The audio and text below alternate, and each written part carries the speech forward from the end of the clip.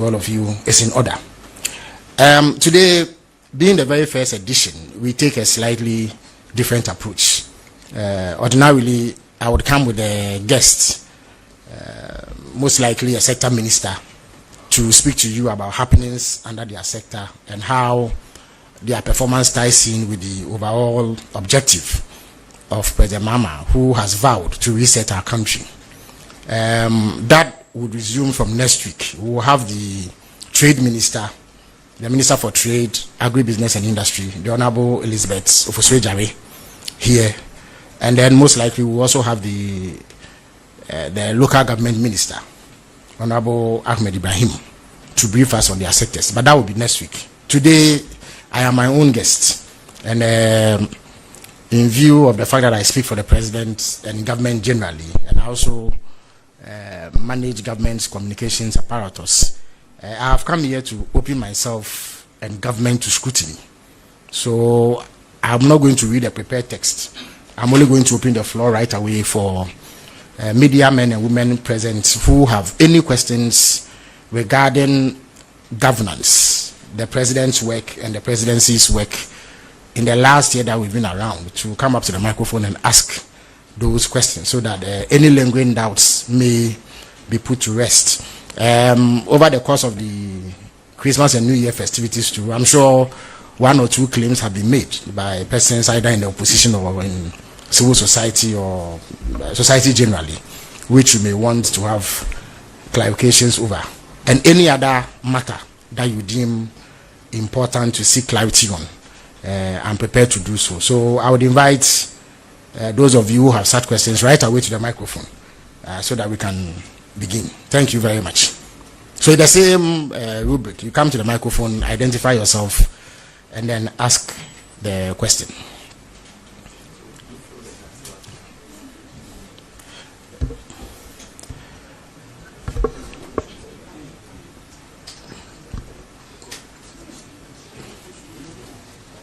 All right, Hanan. Yes. Yes. Thank you. Yes. My name is Abdul Hanan Adam. I work with EIB Network. Minister, I want to begin with the implementation of the 1 cedi levy on petroleum prices. Do we know how much was accrued since the implementation began? And can you clarify the confusion that is currently ongoing about the clearance of the energy sector debt? The announcement came as though government has cleared all debt in the sector, but many people are having doubts about the payments that have been made. My second question has to do with assault on journalists. The President, during his visit to GBC, mentioned that the officers involved in the assault of the Class FM journalists have been interdicted. And it brings back the question of what happens to, or what has happened so far in regards to the police officer who assaulted my colleague Banahene during the Ablekumanov rerun. Does it just end at interdiction and nothing happens? Because we at EIB Network, we are still seeking answers from the police. What happens to the police officer who assaulted our colleague? Thank you. Okay, so I will answer that right away before I take the next question. The bit about the 1 cedi levy. I think that the 1 cedi levy and its relevance and importance was thoroughly explained by the Minister for Finance and Minister for Energy when the bill to have it passed was introduced in Parliament. The whole idea was to ensure that expensive liquid fuels that were purchased for the purposes of firing thermal plants, but whose cost had not been factored into the tariff buildup, was addressed, because it was becoming a bit of a problem. The estimates show that on a yearly basis, about $1.2 billion or so is required for purposes of importing liquid fuels to fire thermal plants. Now, if some effort was not made to bridge this gap, it was going to pose a challenge, even as efforts were made to address the many problems that plagued the sector, which we inherited. In terms of the exact amount of money that has been collected, I'm not able to provide the figures now, but I don't think that it's anything that we cannot get in short order. So I'm sure that in the coming days that should be. I suspect that even the Finance Ministry in its yearly report to Parliament on petroleum revenue receipts and the general accounting that is done for the budget for each year will shed light on how much has been collected. But what is clear is that it certainly has been put to good use and has contributed significantly to achieving stability in the power sector. When we took over power, there were challenges with electricity stability. And I think all of us can attest now that for several months now, electricity supply has been stable, and we've not experienced the outages that many had feared would be the case. In terms of the clearance of the energy sector debt, I think on Monday, the Finance Ministry issued a statement to inform Ghanaians that up to about $1.4 billion of debt owed in the energy sector had been cleared. I don't think that the statement suggested by any stretch of the imagination that $1.4 billion was all the debt that had been cleared. The statement broke down payments to IPPs and other stakeholders. There's a table that indicates how much has gone to who. So any thorough reading of the statement will make it clear that the Minister for Finance or government was not saying that all of the debt had been cleared, but a significant chunk of the debt had been cleared within a matter of a year. And this has brought significant relief to the players in the sector. What had happened was that there was some lack of discipline in terms of adherence to the cash waterfall mechanism, which was designed to ensure that all players in the sector get some form of liquidity to finance their operations. And for a long time, there were some players in the sector, especially IPPs, who were not getting commensurate amounts. And the Minister for Finance and Minister for Energy have ensured that the arrangement is adhered to, and that is how come money is trickled to all the players in the sector, and we are achieving the stability that we have achieved. But the statement did not suggest that that was all that was owed. The statement only emphasized government's commitment to ensuring that we pay down the energy sector debts. Now, having been able to pay this amount of money, you can be sure that going forward more will be paid, so that ultimately the entire debt is removed from our books, even as other efforts are made to open up financing in that sector. So that will be it.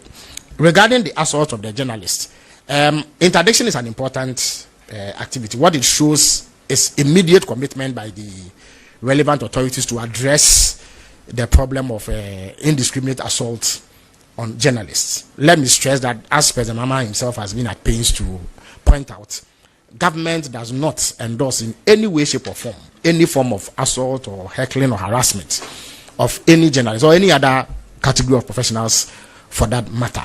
The President has also indicated government's desire to partner various stakeholders to reorient personnel of the security agencies on how they should relate to journalists. I think that the general attitude of some elements in the security services that journalists are a bit of a nuisance, especially when you try to poke and find out what is happening, which is your job.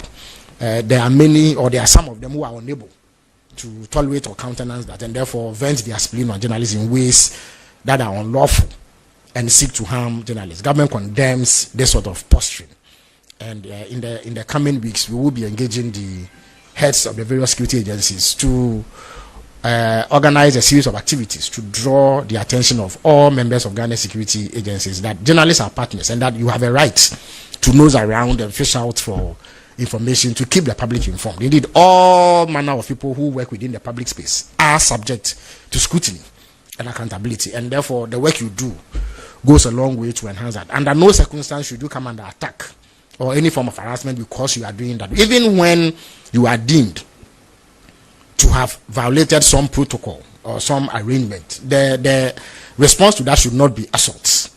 Like all of us, you are also subject to the laws of Ghana. So even if you have trespassed or gone into areas where unauthorized personnel are not allowed, the sanction for that or the response to that cannot be assault. You have to be taken through due process. But I think that more needs to be done to drum home this point. Those who engage in this sort of assault too are not going to walk unscathed. The interdiction is only a first step. It only shows the revulsion of the powers that be at that activity, and is the first line of punishment. Of course, as worrying as the phenomenon of assault and harassment of journalists is, people accused of that also have to go through due process. You cannot apply extrajudicial measures to them because they have assaulted or harassed journalists. So they too have to go through due process as everybody else is entitled to in our land. Sometimes it takes a bit of time, and we know how the judicial system operates. It is well intentioned to ensure that people who have not committed offenses are not unfairly punished, or that the process to determine their guilt or otherwise is thorough and comprehensive, so that there can be no doubt about the outcome of any adjudication process. That is why sometimes it delays, but to the extent that swift action is taken to interdict or suspend or get the persons who are alleged to have engaged in assaults against journalists to step aside pending investigation, it shows that government and the authorities concerned are assaulted. So we will do more going forward to ensure that these things do not recur, or where they recur, swift action is taken. But in terms of the specific cases of assaults, I'm sure that it will not be too difficult to obtain information and apprise you of same. Yes, Akosua. Yes, Akosua Ocho from City FM and Channel 1 TV. So I have 3 questions to ask. In the first quarter of 2025, you indicated that government had saved an amount of 400 million cedis out of, or as a result of expenditure cuts at the presidency and restructuring and all of that. It's been 1 year in office. I want to find out from you specific figures, how much you've been able to save as a result of this restructuring in the fiscal year. Secondly, in June last year too, you indicated that government was going to construct at about 600 chip compounds. And I ask you directly because you made the comment, or you made a promise. I want to find out from you if these 600 chip compounds you said were going to be constructed at the end of 2025 has been constructed, and when are they going to be operational? My third question has got to do with petitions that have been submitted to the presidency. We know that the last petition that you received, at least from what we were aware of, was a petition on against the EC and then the OSP. We want to find out the status of these petitions and where has it gotten to. All right, thank you very much, Agosia. On the savings that have been made arising out of the cost-saving measures that President Mahama has introduced, I'm not sure that I put a specific figure on it. I don't recall ever putting a specific figure. What I can say for certain is that significant savings have been made, and it's not difficult to see why this is so. So, for instance, let's use 2 reference points. There was a time when we had 125 ministers or so under the Akufo-Addo administration. Currently, we have 58. It should have been 60, but for the unfortunate tragedy that occurred on August 6th.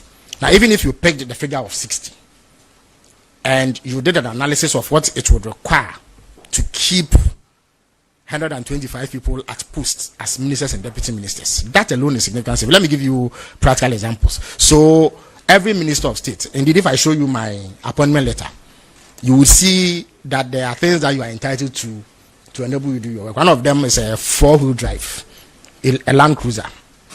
You are also entitled to a saloon car. These are duty post vehicles. They are not vehicles that are gifted to you. You use them as and when. But often it is the case that a new one is procured, because invariably by the time that a new government comes, what exists may not be roadworthy or may not have the capacity to perform at a high level that is expected. So often a new one will be procured. You are also entitled to accommodation, and that means that existing government bungalows would have to be refurbished for you to move in. If you are not given a bungalow, then you are given 20% of your basic salary as rent allowance every month, and it is at market rates. In addition to that, if you check my appointment letter, you see that you are entitled to fuel, a certain amount of fuel every week. And then there's a salary that you take, which these days is consolidated to include other perks and emoluments. And then in the days that ex gratia held sway, you will be paid ex gratia, which is 4 months out of every year that you serve in office. Now, the price of one Land Cruiser at current market rate, a standard Land Cruiser that a government official of the rank of a minister or deputy minister must use, is about $120,000, and I'm sure you all know it. There are some that are more expensive, but I think the standard one is $120,000. A saloon car of the sort that the minister or deputy minister would use is about $50,000 to $60,000, depending on the brand that is purchased for you. Now, if at a point there were 125 ministers and now there are 60 or even 50, let's say 60, just for purpose of analysis. It means that you are avoiding purchasing 65 Land Cruisers at a unit cost of $120,000. You are not going to buy 65 saloon cars at a cost of between $50,000 to $60,000. You are not going to have to spend money refurbishing 65 bungalows or paying in lieu of that 20% of basic salaries of 65 people as rent allowance every month. You don't have to pay fuel, and you know how much it costs to fill a Land Cruiser in a saloon car. So you don't have to pay that, and then you don't have to pay salaries of those people. You don't have to bear their travel costs and other things that they are entitled to. And then when they finish their service, you don't have to pay ex gratia to 65 people. When you put that together, you are talking of tens of millions of Ghana cedis, and that is just for ministers alone. When you come to the presidency, in addition to the 125 ministers that we had under President Akufo-Addo at some point, there was a time when they had up to 361 staff. And I'm not talking presidential staffers. The staff of the office of the president, that is the political staff, are grouped into 2 or 3. There are presidential staffers. I heard somebody say that presidential staffers acted as deputy ministers. No, they are not. In terms of entitlements, they are equivalent to ministers, presidential staffers. So when you hear somebody referred to as a presidential staffer, in terms of entitlements, they don't function as ministers, but in terms of what they earn and their package that goes with their office, they are equivalent to ministers. Presidential aides are equivalent to deputy ministers in terms of their service conditions. And then there are political staff who are staff of these staffers and presidential. For instance, if you go to the president's office, there's the president himself, there is the chief of staff, there's a secretary to the president, there's a legal counsel, and then there are other senior advisors. These advisors don't work alone. They also have staff that they work with. So if you put all of that together, there was a point that we had about 361 under President Akufo-Addo. I think about 41 staffers or so, who by virtue of that position would be entitled to the conditions of service of ministers and deputy ministers. So the 125 Land Cruisers would come with another 40 Land Cruisers and 40 saloon cars, 40 bungalows, or 40 sets of payments of rent allowance, 40 sets of payment of fuel for every week, and then all the other conditions that they are attached. So you do not really need a soothsayer to tell you how colossal the cost to government was to have that number of people. The fact and reality now is that we have fewer people in government now than we did under the previous administration. So significant savings have been made. That cannot be disputed. That must be placed on record. The second bit is about a chips compound. Now, it is not my policy. I spoke about it, announced it, but it is government policy. What it is that Akosia, this year, and indeed if you followed the budget for 2026 carefully, you find that government intends to begin the implementation of the free primary health care policy, which was a cardinal policy proposal in our health section of our manifesto. It is something that President Ama himself spoke to on many occasions. Now, primary health care, the medical experts will tell you, often takes place in lower level health facilities. And when we talk of primary health care, we are talking about basic minor diseases, headaches, stomach aches, and non-serious ailments which require attention. Now, currently, the arrangement is such that referral facilities like district hospitals, regional hospitals, tertiary hospitals, and what have you, are burdened with many of these illnesses. So normally it should be a CHIPS compound, a health center, or at most a polyclinic that handles these kinds of ailments. Now, government's policy is that going forward, starting from this year, there should be some segregation. And indeed, if you check the budget, about 1.5 billion Ghana cedis has been earmarked for that, so that these minor ailments are treated at a lower level. Now, the most basic building block in the health sector is a CHIPS compound, which ensures that this level of care is administered. There are many places in Ghana that do not have it. And I come from Abra Sebu Kwamankese, so I know. There are 265 communities, but we have less than 30 CHIPS compounds. So you see the kind of pressure that is brought to bear on the referral facility at Abu Dunkwa, or the health centers that are dotted around Abakrampa and Muri. So to address this gap, government decided that the District Assembly's Common Fund, the disbursement of it should come with guidelines, because, mind you, the president has also said that up to 80% of all monies accruing to the District Assembly's Common Fund should go to the District Assemblies, which is a departure from the arrangements under the NPP where disbursements were made at the center and left very little for the districts. In order that the disbursement of those funds align with government's overarching objectives like free primary health care and what have you, guidelines were sent. And in those guidelines, every assembly was directed to construct a minimum of 2 CHIPS compounds. There are 261 district assemblies. So that alone gives you in excess of 520 CHIPS compounds. And then there are some that started under the previous administration that have not been finished. If you come to AK for that, there are 2 or 3 of such which were started but got nowhere. And therefore, they also have to be completed. Now, I can assure you that that project is far advanced. I'm an ex-officio member of the district assembly at AK, so I know for a fact that if you go to a place called Nyamedom and Uhiaba, we started and are almost done with 2 CHIPS compounds. As I speak to you, the procurement process to buy hospital equipment to furnish those CHIPS compounds are underway. And indeed, we are only a matter of weeks away from commission. I'm sure I'll be doing the commissioning myself. So if you come to AK, you see that that project is very far advanced and only weeks away from commission. And the same can be said for many districts in Ghana. And in fact, as I indicated, the local government minister, under whose auspices this initiative, because he has jurisdiction over district assemblies, will be here sometime next week. He can give you a breakdown. I've been in touch with him and he indicates that they still are collating the specific details and data, and he will give you that. But I can assure you that it is a program that is far advanced, and it will be in fulfillment of government policy of beginning the free primary healthcare initiative this year. Now, you asked about the status of some petitions, specifically the one relating to the special prosecutor and the electoral commissioner and her 2 deputies. Let me indicate that unlike the petition against the chief justice, the president's mandate in respect of the petitions against the OSP and the electoral commissioner and her 2 deputies ends with conveying the petitions to the appropriate quarter, which in this instance is the chief justice. That was done a couple of weeks ago. I think I announced same.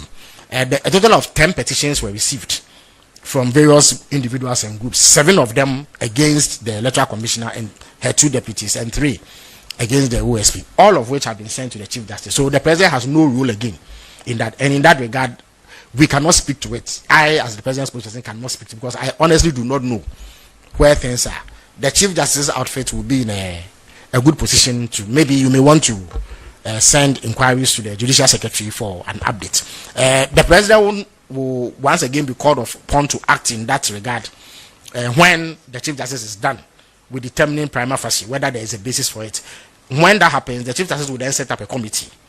In the case of the OSP, there are specific timelines that need to be met, but I don't think that similar timelines exist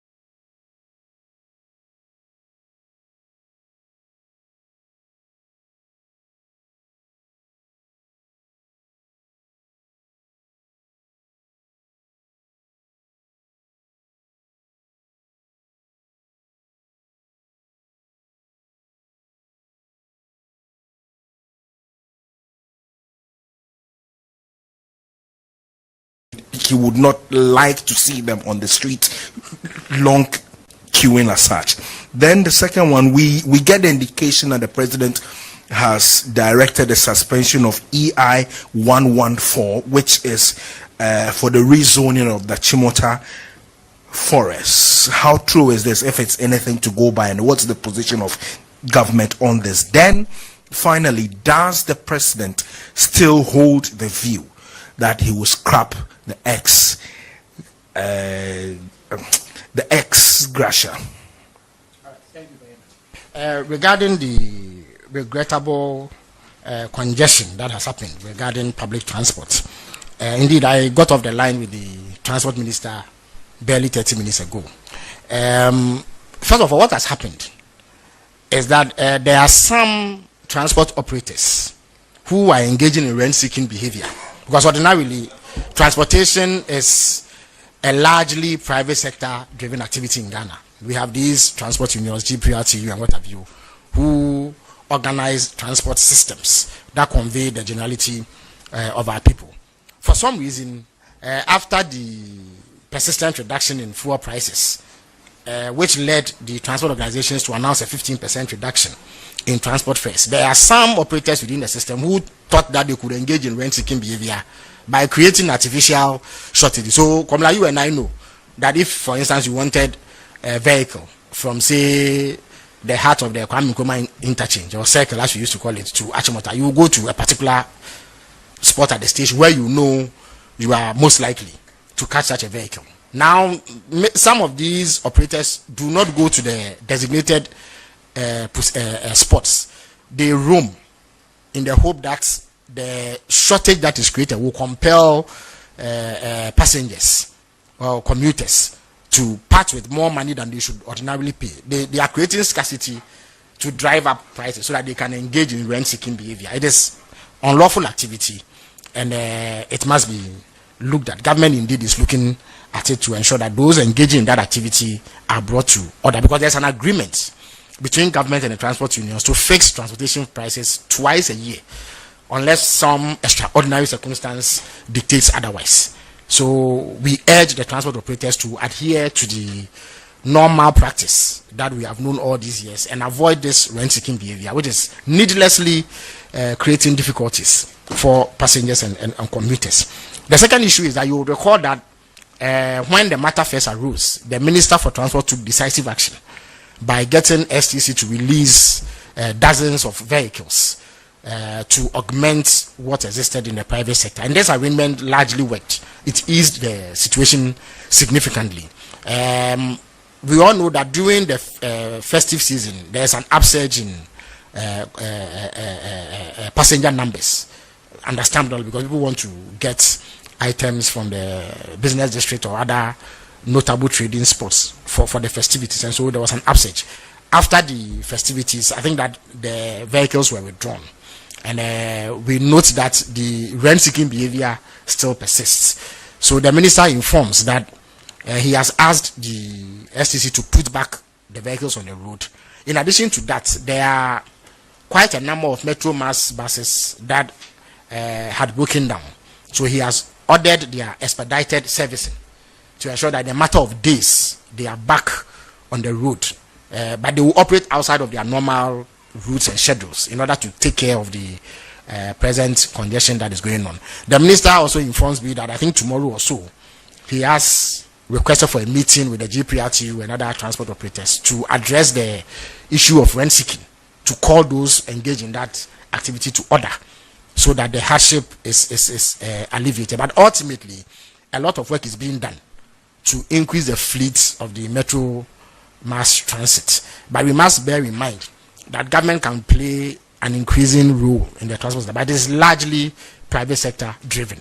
So these private sector players must play by the rules and avoid unfair exploitation of passengers through the creation of artificial scarcity in order to drive up price. There's no justifiable basis for wanting to engage in rent-seeking behavior at this time, when there's evidence of reduction in fuel prices, imported materials like spare parts. I've also come, and the evidence is clear. If you go to the port, duty payments for container loads of spare parts have come down significantly. I have figures here that I can share with you. There can be no excuse for wanting to do what they are doing at the moment, and therefore we urge them to desist, or action will be taken to enforce the appropriate bylaws and regulations. On EI 114, I would have to get back to you on that. I would have to get the details of it. I'm not able to confirm the suspension or revocation of SIM, but it is something I can get in touch with you and clarify subsequent to this address. Thank you very much. Yes, if you would remind me, please. But I think the president has made it clear. It was a major campaign promise. What happens is that, as I indicated to you, there's some confusion about ex-gratia. Ex-gratia really gives you 4 months' salary out of every year that you serve in public office. So in itself, it is not much. What creates a problem is that our constitution is such that it says that every president should set up an emoluments committee to determine the conditions of service of a category of people that we call Article 71 office holders. So what happens is that when you come to office, the salary that I take now is the salary of my predecessor, the last salary of my predecessor, because before the government left office, an emoluments committee determined their salary. So the salary that all government officials appointed by President Mahama are taking is what they inherited. There has been no increase whatsoever. It's what they inherited from the previous administration, except that it was determined just before they left office. So invariably, it leaves a back pay. So for instance, Komla, you are actually entitled to take, say, 2,000 cedis a month. That's what your position requires that you take at TV3. But for some reason, that 2,000 a month is not fixed until the latter part of your tenure there.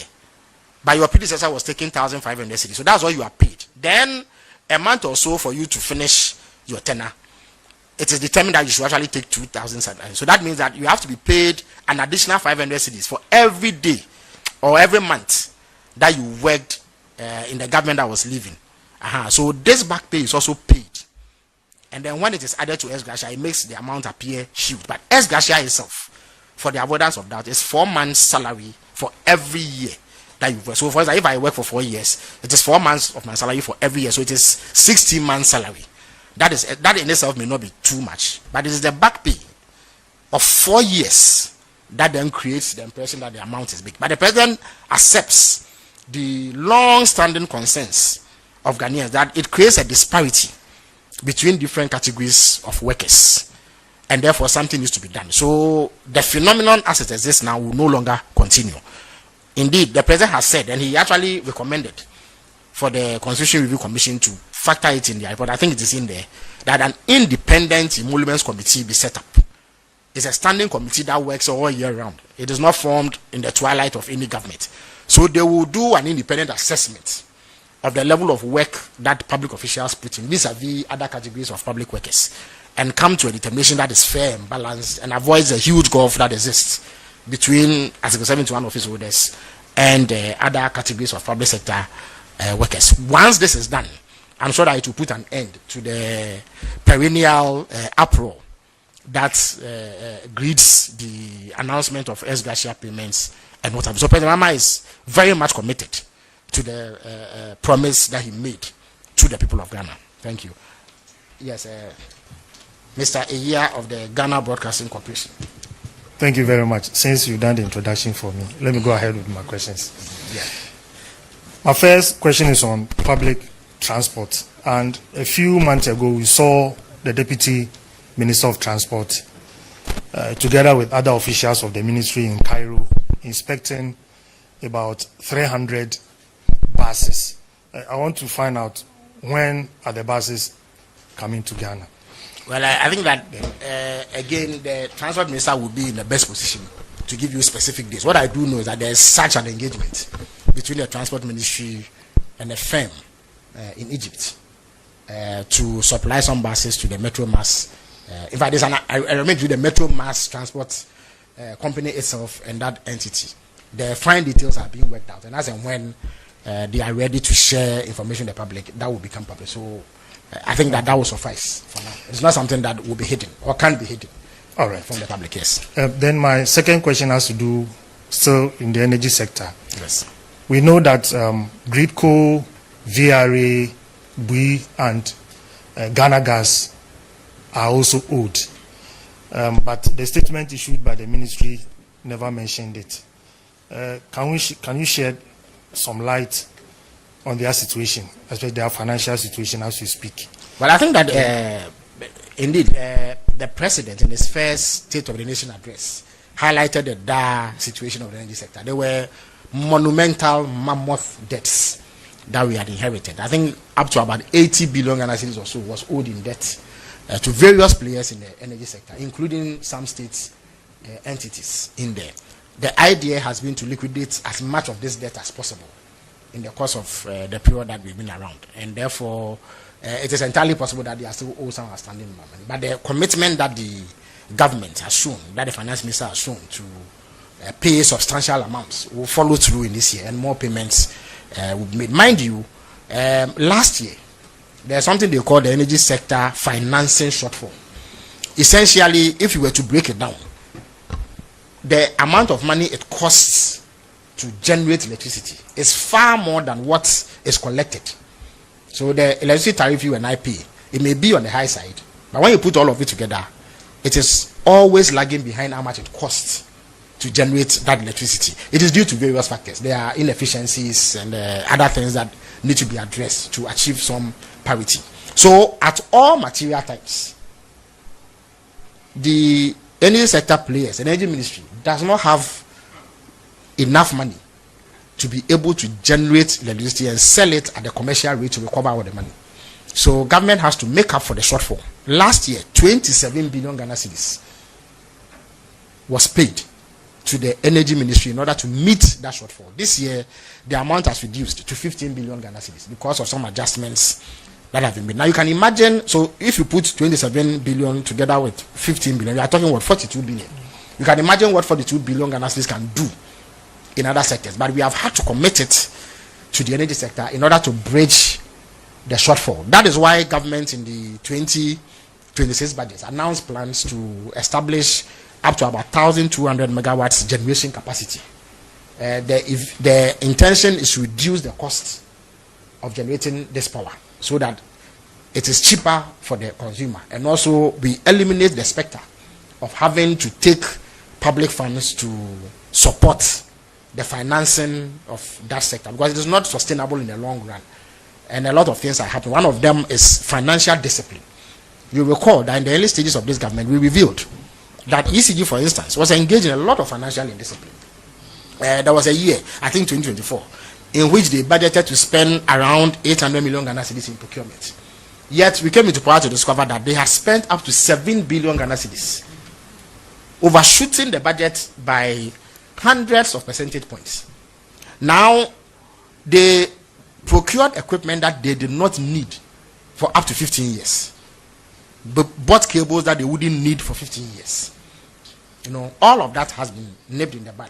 And now the energy minister is stamping his authority to ensure that ECG and other utility players stick to approved budgets and exhibit financial discipline to help us avoid these needless costs that we incur. So all this is being done to ensure that we have an energy sector that is fit for purpose and is able to serve the needs of the people of Ghana.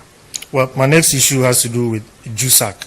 Yes. The Judicial Service Staff Association of Ghana has just announced an indefinite strike on 19th of this month. I want to find out what has so far, been done, what communication has gone on since the announcement was made. And also, let me ask my last one and go and resume my seat. It is obvious that inflation has come down. Fuel prices are down. However, utility prices are up. But there's a cross-section of Ghanaians who believe that all the positive, the expected positive impact, they are yet to feel it. What will you tell such people? Thank you very much. Two important questions. It's a year of the Ghana Broadcasting Corporation. The JUSAC strike action is regrettable. It's not a desirable situation. But I'm sure that there are long-established protocols and processes to address industrial action, and those will be triggered to address whatever disputes or grievances that may have occasioned this threat of a strike or a strike itself. That is what I'm able to say at this moment. Now, regarding the alleged disparity between macroeconomic gains and the cost of living and the reality on the ground. I think that, first of all of us public officials are required to show respect and sensitivity to the people on whose behalf we manage the public purse. So we are not allowed or permitted to exaggerate the impact of government policy beyond reasonable limits. So we can't say what is not there. It does not mean, however, that where there are clear, indisputable facts, they should not be asserted. Or that when people attempt to distort the facts for sectarian and partisan gain, the facts should not be corrected. We say, yeah, it is not accurate that all the macroeconomic gains we've made have not reflected in the pocket of the people. That is simply not accurate. Now, I have endeavored to look for absolute, authentic facts, because I too am interested. You forget about the fact that I also live in Ghana, and I go to the same markets and I personally the same services that we all patronize in this country. So I know for a fact, and it is not disputable. And I say this with all the reverence and respect I can muster for the people of Ghana, that there has been a decline in the cost of living. I don't know whether you own a car, but anybody who lives in Ghana and bought fuel under the previous government cannot say that fuel prices have not reduced. Look, the vehicle I used for my campaign in the Abra Sebu Kwamankese conference, and the roads there were pretty bad, used to cost me 2,000 Ghana cedis every time I filled it. I use the same vehicle today. It cost me 1,400 to fill it. That is a saving of 600 Ghana cedis. Mr. Yeah, if you went to the pump in 2024 and bought fuel at 2,000 Ghana cedis to fill your vehicle, and today you buy same for 1,400, you cannot say that there has not been a reduction and that the stability or the gains in the macroeconomy have not reflected in your pocket. That simply cannot be true. What are the facts? There was a time when fuel sold for 23 cedis a litre. That translated therefore to about 115 Ghana cedis, 103 Ghana cedis a gallon, because in Ghana we use 4.5 to determine a gallon. Today it will not cost you that much. It will cost you around 67 Ghana cedis a gallon. That is a reduction. Again, in terms of the cost of everyday items, look, I have a list, hundreds of items. I have endeavored to check, and all of them have gone down. And as a matter of fact also, and I'm an MP, so I know that when the 2025 budget was presented, Guta was summoned by the Trade Committee of Parliament. And these questions were put to them as to why they have failed or are perceived to have failed to reduce price accordingly when important macroeconomic indicators had softened. Guta produced evidence of a list of 4,500 different items whose prices they had reduced. They gave that information. Indeed, it is contained in the report of the Trade Committee of Parliament. And Parliament is a house of record. It has gone down.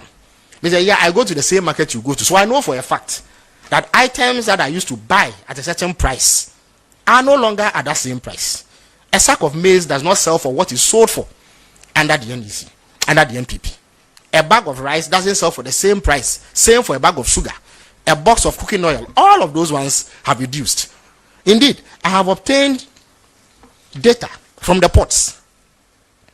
Komla, if you managed somehow to purchase a 2024 Toyota Corolla Salunka and brought it into Ghana in April of last year, the home delivery value for a 2024 Toyota Corolla would be around $19,000.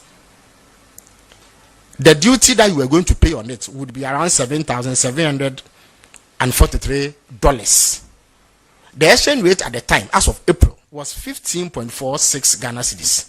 So you are going to pay 119,778 cedis as duty to clear this your 2024 Toyota Corolla. By December of last year, at an exchange rate of 11.10, you were going to pay 85,000. It meant that the duty had reduced by 33,000 Ghana cedis.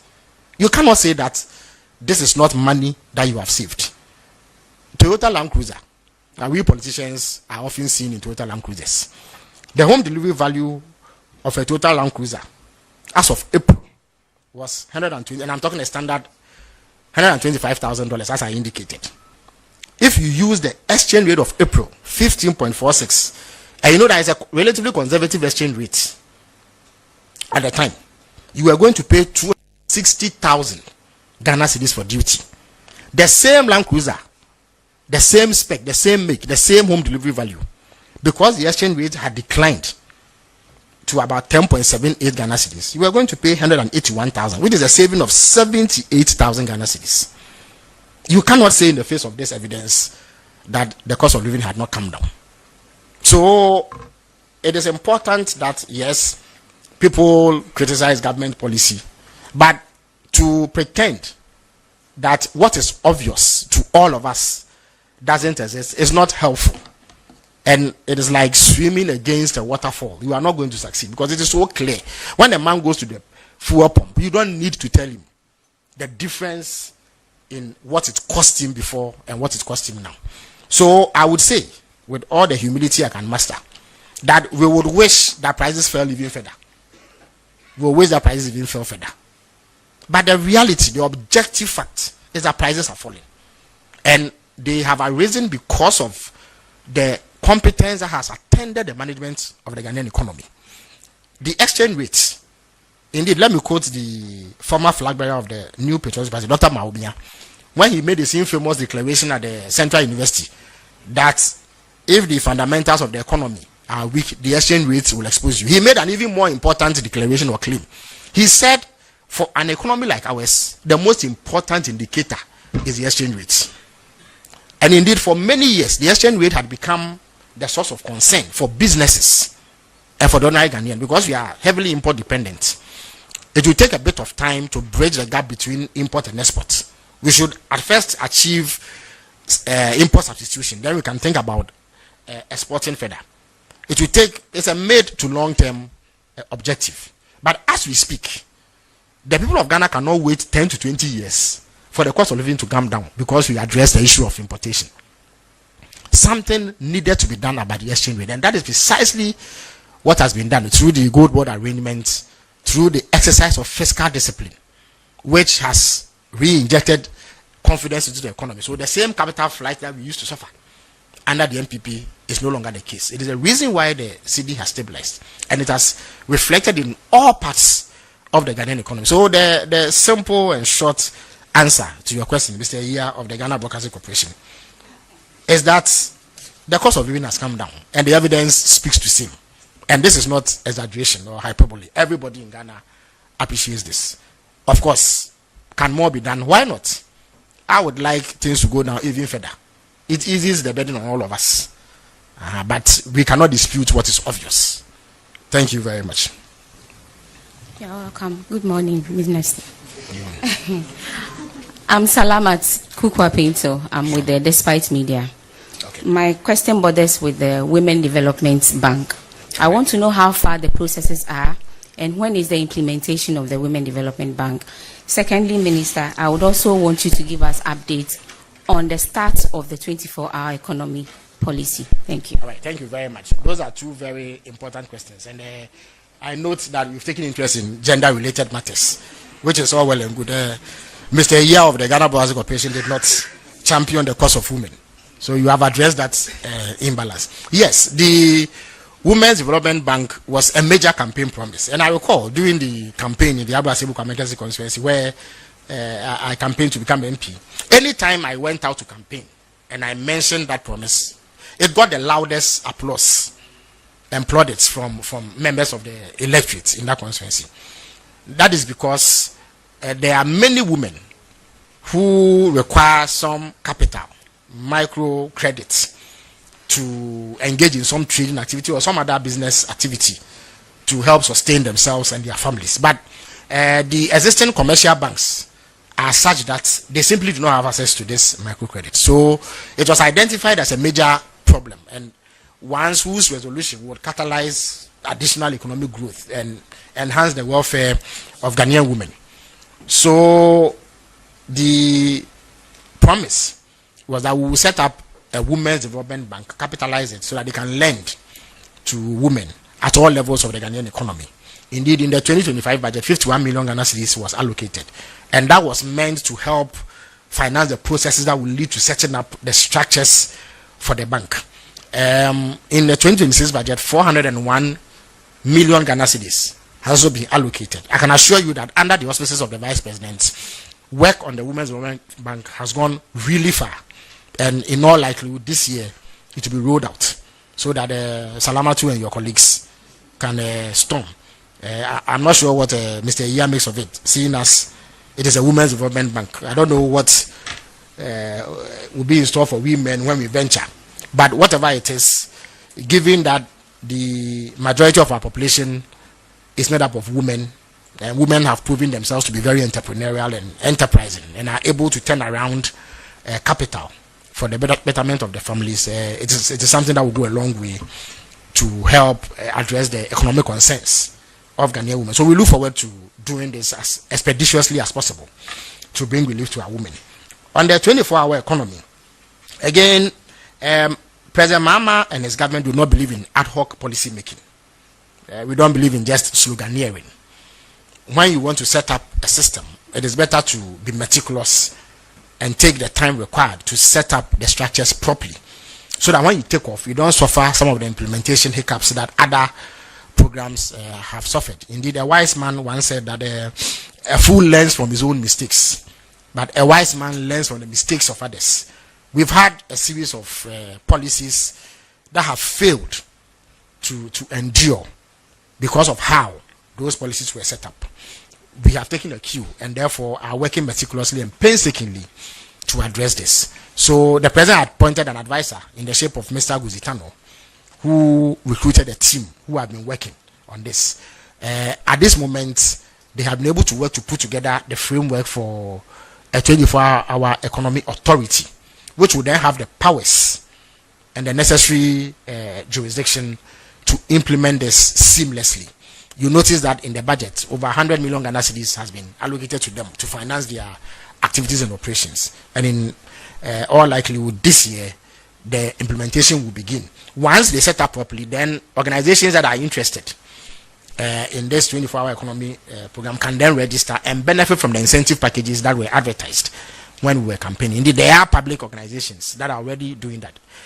Last week, I was with the president when he visited the Ghana Publishing Company Limited, and they showed that because of the introduction of a 24-hour economy policy or 24-hour operating policy, their revenues have shot up dramatically, and they are in a much better position than before. The ports, or the Tama port, has also started a similar activity, and it is the hope that by the close of this year, more organizations will come on board because the authority would have been set up and they will have the capacity then to engage. The biggest motivation for wanting to engage in the 24-hour economy, apart from economic expansion, is job creation.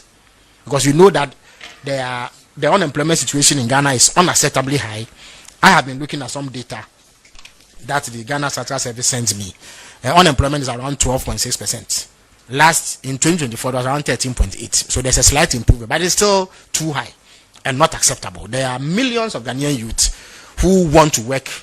They are highly educated and want some employment so that they can eke out a meaningful living. They don't have the opportunity because they are not employed. So the 24-hour economy is designed to expand the economy and create room for more employment for our youth, and it will be rolled out in the way that has been developed. Yes, Salamatu is back. Yes, a brief follow-up to that. I want to know if the private sector have also come on board, and how many have come on board with the 24-hour. The 24-hour economy is a predominantly private sector-led activity, because that really is a realistic approach. Government alone cannot have a 24-hour system of economic management. The private sector will lead. They will outnumber government institutions. So the private sector is welcome, except that before we are able to register them and begin to assist them to operate, we need a framework which we are putting in place through the 24-hour 24-hour economy authority.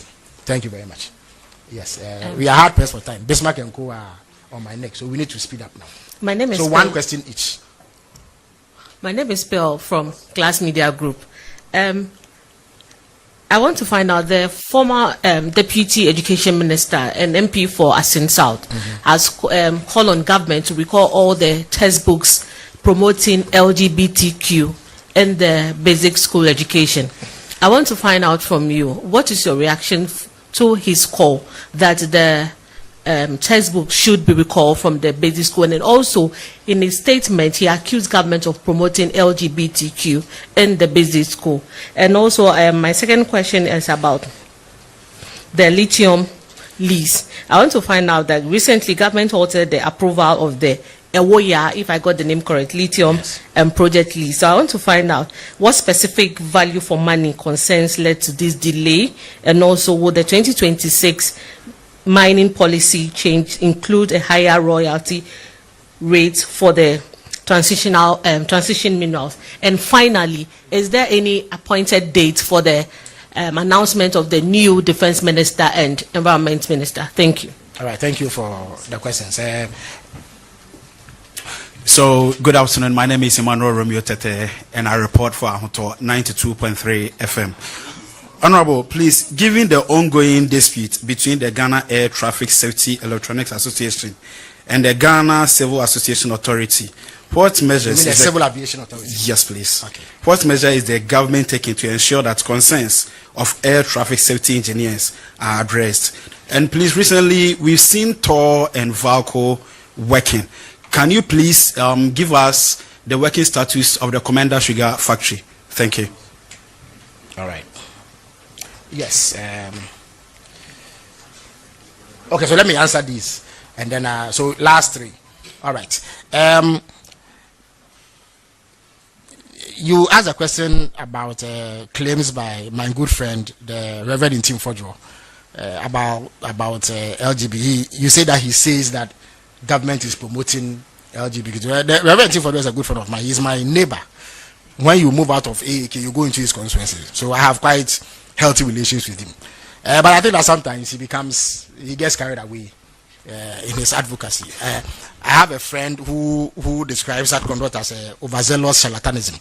You see, he was in government when the comprehensive education curricula was introduced, and we had similar happenings where there were things in there that we found distasteful and at variance with Ghanaian cultural norms and practices. There was some public outcry. I think that curricula was withdrawn. Even before Reverend Tim Fodjo went out to make these claims, the NACA itself had withdrawn about 700 or so copies of the manual. It is a manual. It's an instruction manual to teachers of physical education and health in senior high schools. I think there's just one line about the description of gender, which proved problematic and offensive to the sensibilities of the people of Ghana. That has subsequently been withdrawn. Indeed, I have been sent a copy of the approved manual by NACA, and it does not contain the offending words. So that matter has been addressed. Government certainly is not about to promote anything that is at variance with Ghanaian culture. So whereas we welcome scrutiny, it's important that such claims are toned down on. Overzealous charlatanism, it is not something that we should encourage. It is not necessary to attempt to put what is not there in place. It doesn't help anybody. Yes, you can draw attention. Clearly, this would be a slip, or that somebody was not paying too much attention.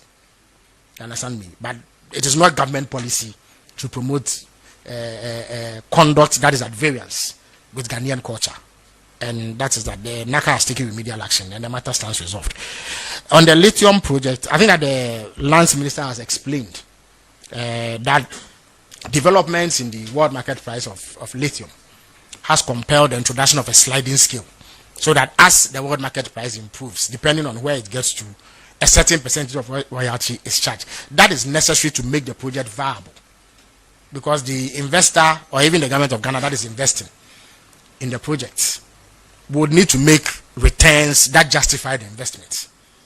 So if the investment does not turn out returns which justify that investment, no investor will, and then the lithium will remain in the ground. We have to make a decision whether it is better that it is in the ground or it is exploited to, as it were, finance the development of the community where it is being mined and the nation as a whole. But to do that, some adjustments needed to be done. There was an initial proposal which some people disagreed with. The minister withdrew and came back with a sliding scale, which in my view should suffice. And so work is ongoing to ensure that more stakeholder engagement is done so that all relevant parties involved achieve some common ground on the way forward. That is being done. The president, who is my boss and on whose behalf I speak, has not apprised me of a specific date on which he is going to appoint a defense minister or a minister for the environment. As we speak, there are ministers responsible for defense and environment, science and technology who are working. And I don't think that there have been any shortfalls in their output so far. But as and when the president deems it necessary to make an appointment of a defense minister or an environment, science, technology minister, once he informs me, you will get to know through the usual channels that we use to disseminate government information. That's what I can say. As for the disputes involving personnel within the aviation space, there's a long established protocol and process to address industrial disputes, and I'm sure those will be triggered to ensure that this does not escalate beyond the acceptable limits. Thank you very much. Yeah, Reverend. Osofo. Mr. Minister, please, I have two questions. One is that His Excellency, when he was in opposition, he campaigned that when it comes to the presidency, the name of the seat of government will be reversed from the Jubilee House to Flagstaff House. And we have gone through 1 year, and the name is being maintained as Jubilee House for the meantime. We don't know when it will be reversed, or we should go by Jubilee House. Then the second question is, we've sent some troops to Jamaica. We would like to know how they are faring, and then are we expecting to send more of them to help in the reconstruction of Jamaica? Thank you. Thank you very much, Reverend. My name is Wisdom Hedejime. I work with TVXYZ. Now, you ended year one without any scandal, as Ghanaians are calling that a free year, no scandal. Public officers had a good conduct, and what should we expect in year two? Because then year one, you said we are stabilizing the economy. What should we expect in year two? And then your priorities. And then again, the president is very particular about the implementation of the affirmative action law. What exactly is the modalities in the implementation? And then I want to know the Media Development Fund, when is it going to be rolled out, and who stands to benefit? Thank you. All right, thank you very much. Well, Minister, my name is Dominic Nana Kwame Sapra from Metro TV. My question has to do with the Commander Sugar Factory. Yes, I think what is the current update on that? Right, the Commander people want to know. And also the MPP is also electing a leader on the 31st of January. We want to know, there have been some prophecies so far, prophecies of doom. You created an office for that. Let's know how things are going so far. Thank you. Okay.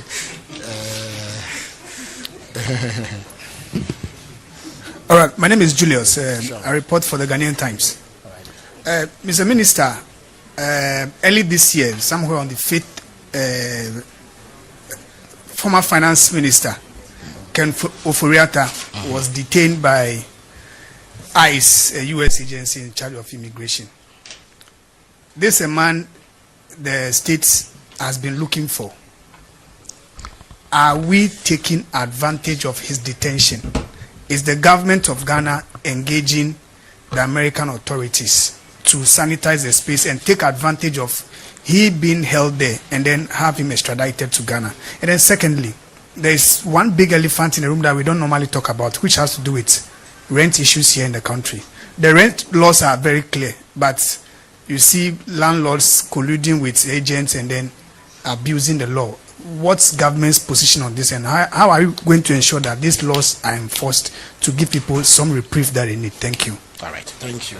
So on the back of the Fuakta question, I just wanted to ask this. The agreement we had with the United States of America on deportation, I wanted to know how many deportees we've received, how many we've repatriated, and if there were some who wanted to stay here, we're still sending them away.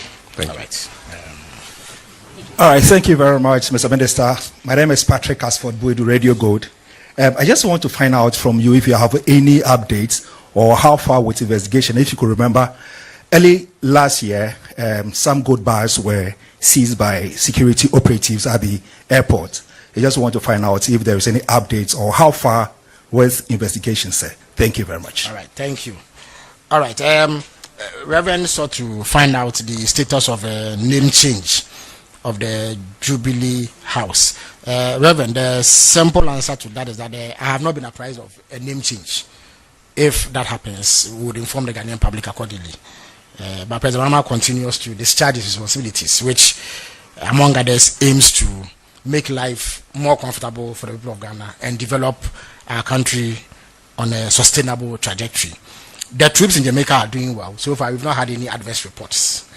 I'm also not aware of any specific request to increase the numbers. If that should happen, I'm sure the appropriate authorities would examine the request, and if it is something that they can respond to, they will indicate same.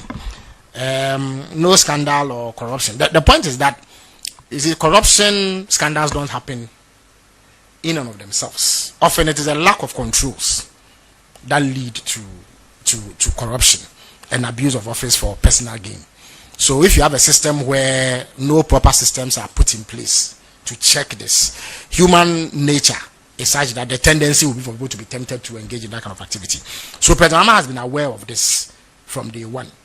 That's why he launched the Code of Conduct for Public Officials who work under him. That's why he insisted by a certain date, everybody should file their asset declaration forms with the Auditor General. And then he has introduced what we call commitment authorization. In other words, you agree that most corruption scandals stem out of procurement. The desire for public officials to engage in procurement, that's where the bulk of corruption occurs. So there must be a system that checks this, and the president has established the commitment authorization through the finance minister. So every procurement within a certain threshold that needs to be done must obtain commitment authorization. If you don't get it, the finance minister is simply not going to pay. That is what it means. Through that process, you are then able to scrutinize the request for procurement, the processes, and flag any unlawful acts or any acts that have the likelihood to lead to corruption. So you can stem the activity even before it occurs.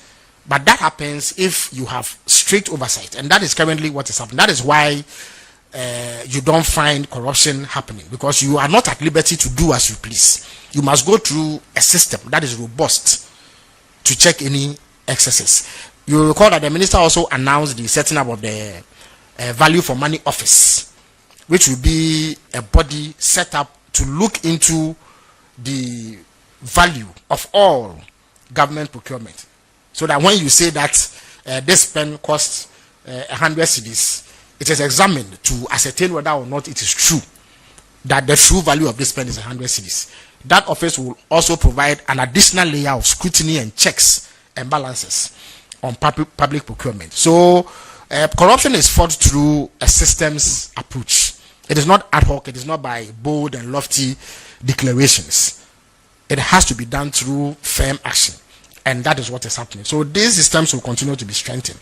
The president has also indicated that even if somebody is able to slip through this robust and watertight arrangement, he will take swift action to ensure that even as we hold past public officials accountable, officials in this government will be held accountable. In fact, it is the most important aspect of the fight against corruption, to be able to deal with corruption in one's own government. If that is done, you wouldn't even need to pursue former government officials, because the accountability system is such that once it occurs, it will be addressed. That is what President Mahama seeks to set up in the period that he remains government. Of course, the affirmative action law is dear to President Mahama's heart, and he consistently works to ensure that it comes to fruition and that all the provisions in there are adhered to, so that our women folk take their rightful place in the efforts to build Ghana, and they make their deserved contribution. The Commander Sugar Factory is still being worked on. It is important to carry out an assessment of the state of the factory, the intent was for sugar to be produced there so that we cut down on the large volumes of sugar imports as a way of even addressing the problems with the exchange, because you need foreign currency to be able to do this importation if it is coming from outside the country. So the commercial sugar factory was set up to bridge that gap. Unfortunately, we finished setting it up just before we left office in 2016. What was left was for the cultivation of a plantation and then a system to offtake from outgrowers to feed the factory. The MPP failed to do that and left the factory in a state of disrepair. Once we took over, it was necessary to assess the situation and look for the best approach to get the factory to become operational. I'm confident that the trade minister, when she takes a turn at this program next week, will shed light on the status of the Commander Sugar Factory and indicate clearly what government is doing to bring it back to fruition. Let me indicate that there's no office of prophecy. What it is that there's a designated official who liaises with the religious community, because it's an important section of society, and the government has to be sensitive to the beliefs and aspirations of its people. So there's an officer who has the mandate to liaise with religious organizations. For a long time, the Ghanaian public has become concerned about the proliferation of prophecies, especially on the 31st December, and all manner of claims are made, some of which sometimes defy understanding and what have you. It was important to put in place a structured system so that whatever claims are made are examined, so that people do not use that as an avenue to create needless panic and exploit people, what have you. So that is what it is about. It is not an office dedicated to prophecy, no.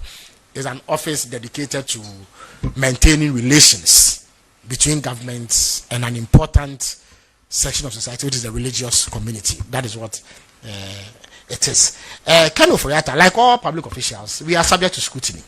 So whether you are in government or outside government, once you have served in public office, you must be open to scrutiny and accountability.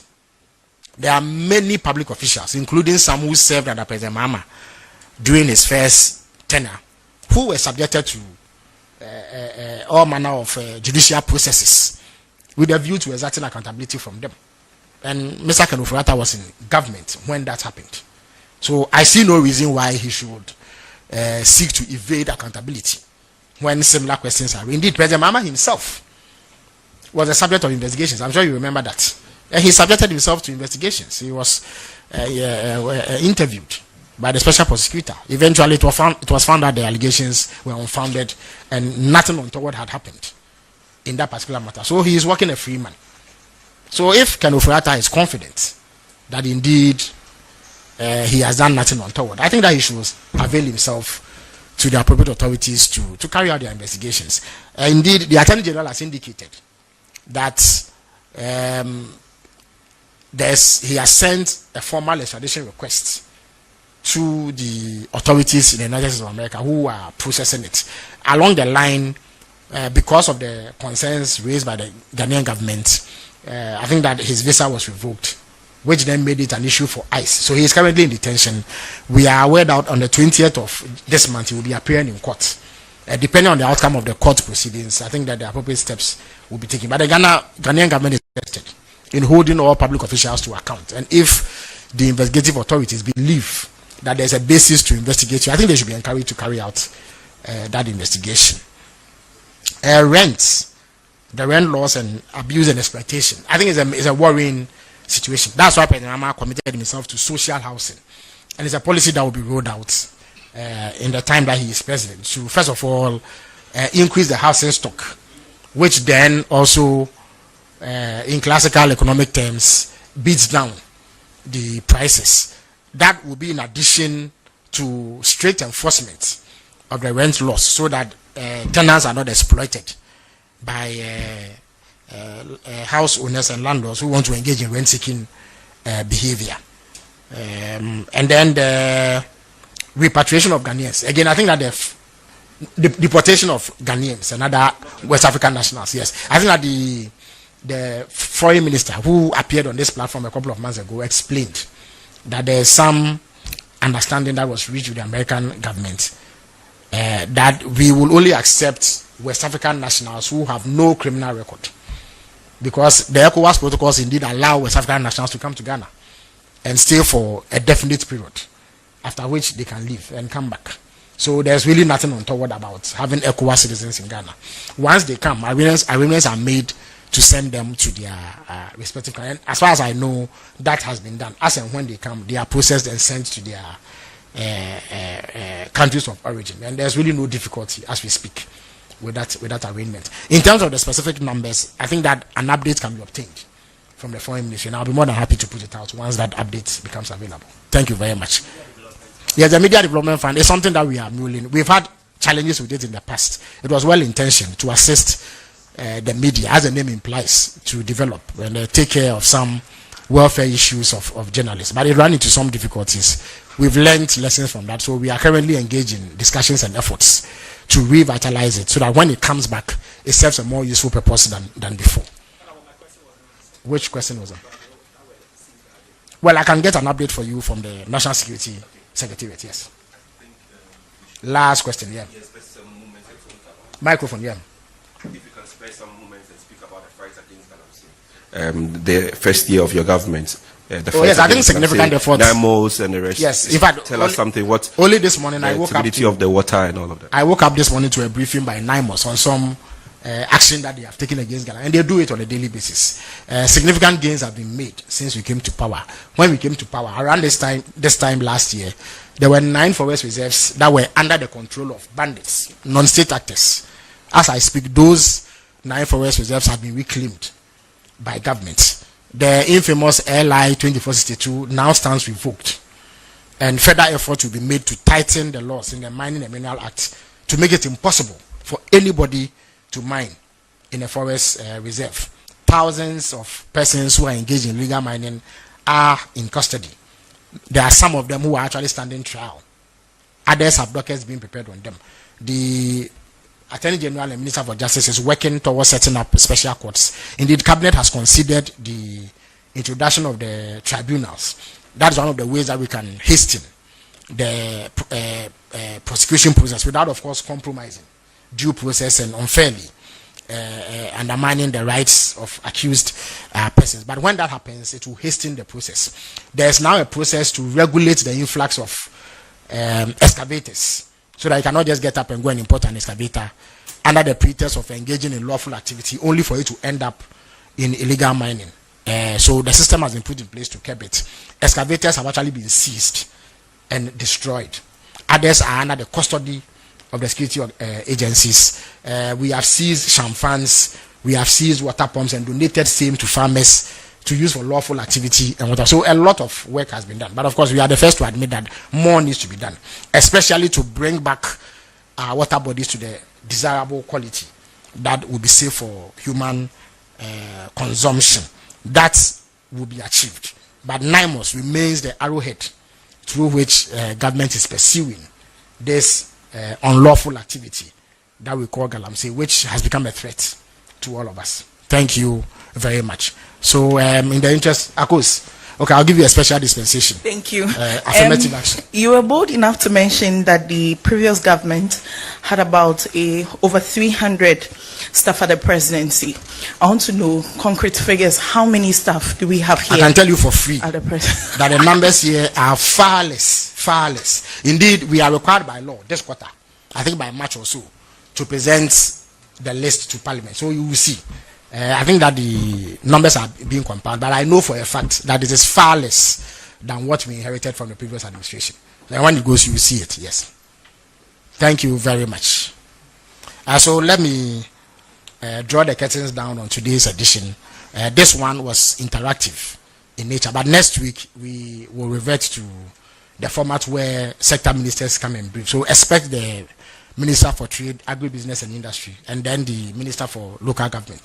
Thank you all for coming.